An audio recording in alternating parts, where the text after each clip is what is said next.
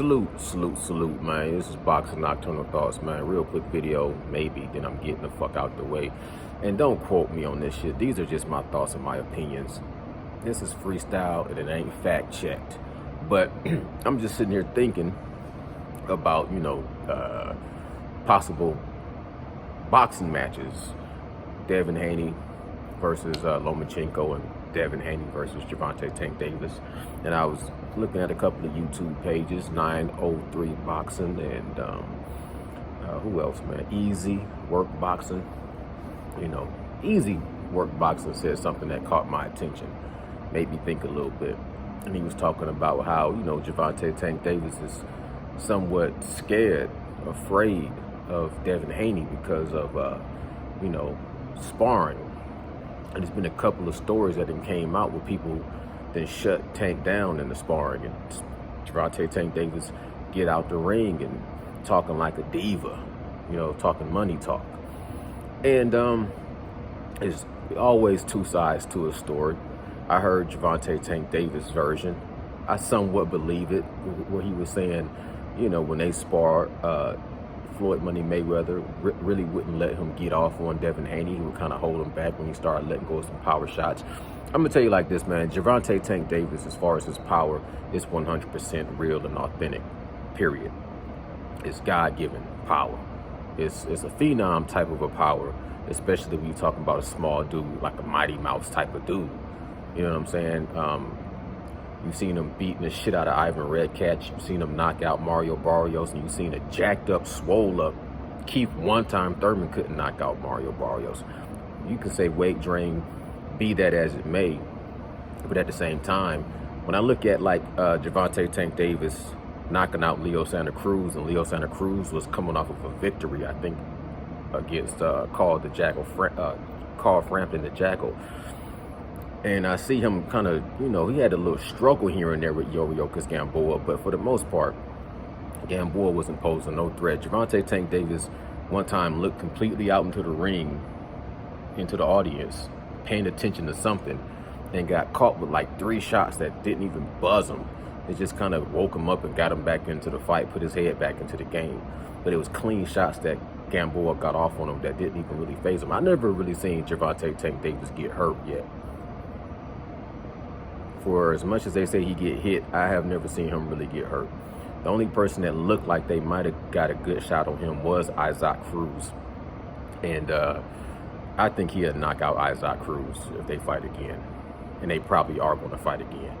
Now look at him knocking out Rolly Romero. Rolly Romero, as novice and inexperienced as he is and will always be, especially with his coach Bullet, that dude still poses a threat with his power and his recklessness and his awkwardness.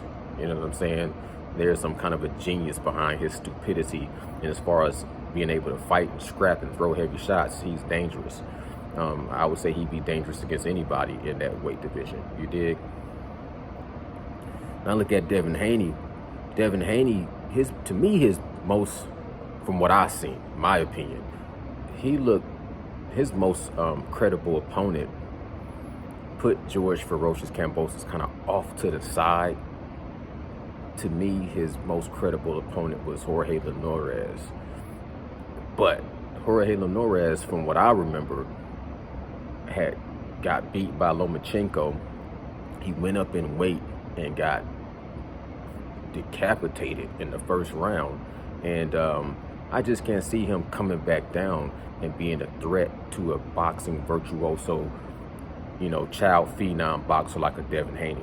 And he did catch Devin Haney and hurt him in the 9th round. And I think he hurt him again in the 10th round. Devin Haney, as far as sparring Gervonta Tank Davis, to me, it's like they say in the amateurs, amateurs don't count. And also, let me shout out Caps in Full G. Salute. But it's like they say, depending on who you like and who it is and what happened, sparring don't count. But if it's somebody that you do like and they got off, sparring do count. Same thing they do with the amateurs. Oh, the amateurs don't count. when it's somebody that you do like losing or winning, then all of a sudden you can contradict yourself and be a hypocrite and say, well, he beat him in amateurs. So, it is what it is.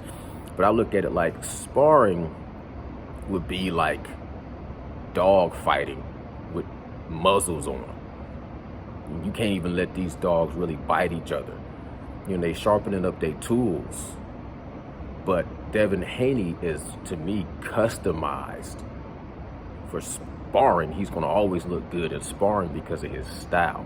Gervonta Tank Davis is a knockout artist. He can box, but he's a knockout artist. You ain't just trying to knock out everybody you sparring with. So you're not going to look as great sparring with Gervonta Tank Davis style versus a Devin Haney style. But when you take off the headgear and you get into a real dog fight and you take off the muzzle, it's a different story.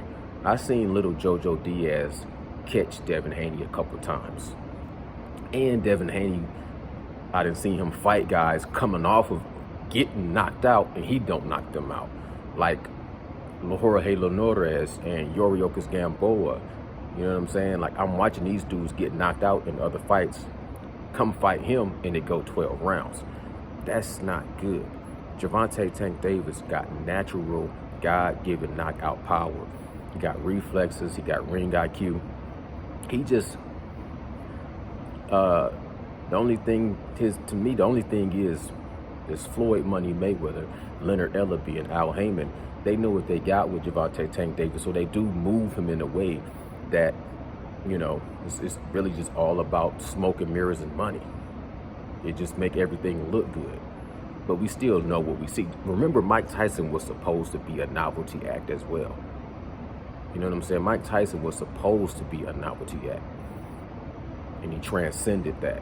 Gervonta Tank Davis is going to have to transcend that. He's really going to have to transcend Mayweather and Leonard Ellaby and Al Heyman if he's ever going to be who he's supposed to be. He's going to have to leave the nest or, go out on his own and transcend.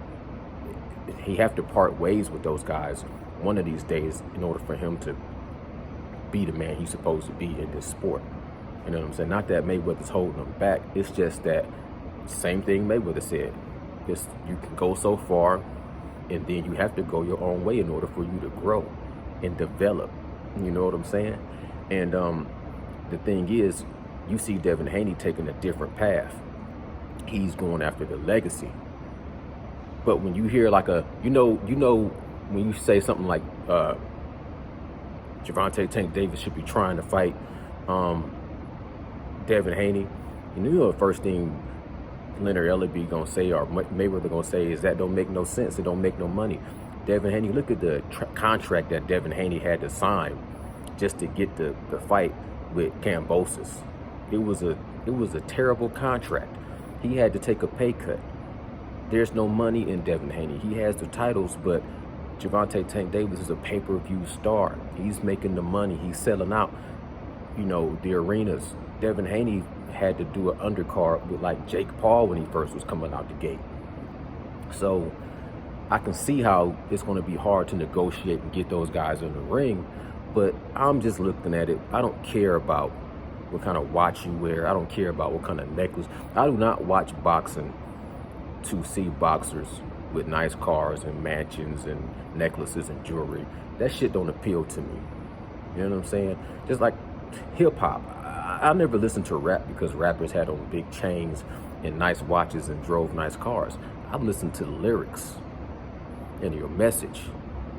You gain some knowledge. You can spit some game, or you can just learn about different, different thought processes in life.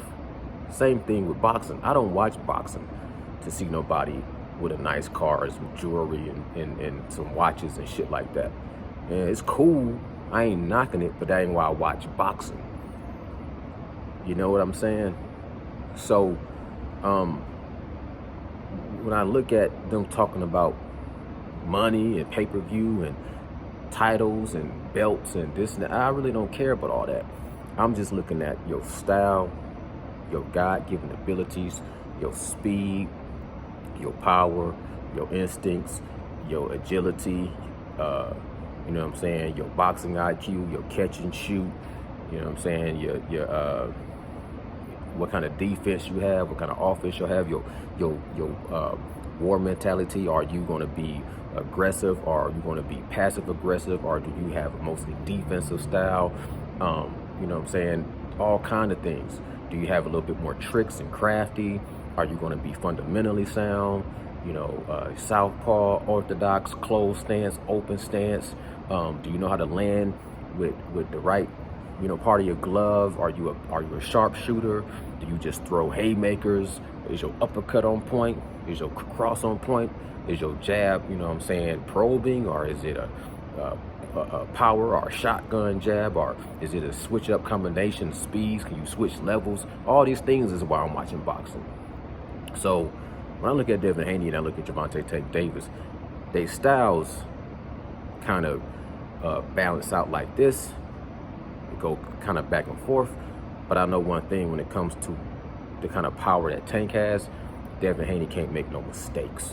And when I watch him fight, minus George Kambosos, he usually makes a mistake. Now, would Tank be able to capitalize on it? All things depend.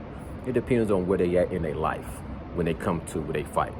Because if they start arguing A side and B side and all the politics get involved and the way they promote it, whoever comes in that fight with the most leverage and the most mental fortitude, like Devin Haney showed me a lot going to fight Kambosos, but Kambosos has never really shown me a lot. I mean, he beat Teofimo Lopez, who beat Lomachenko, but Teofimo Lopez, that was his fight to lose. He kind of botched that.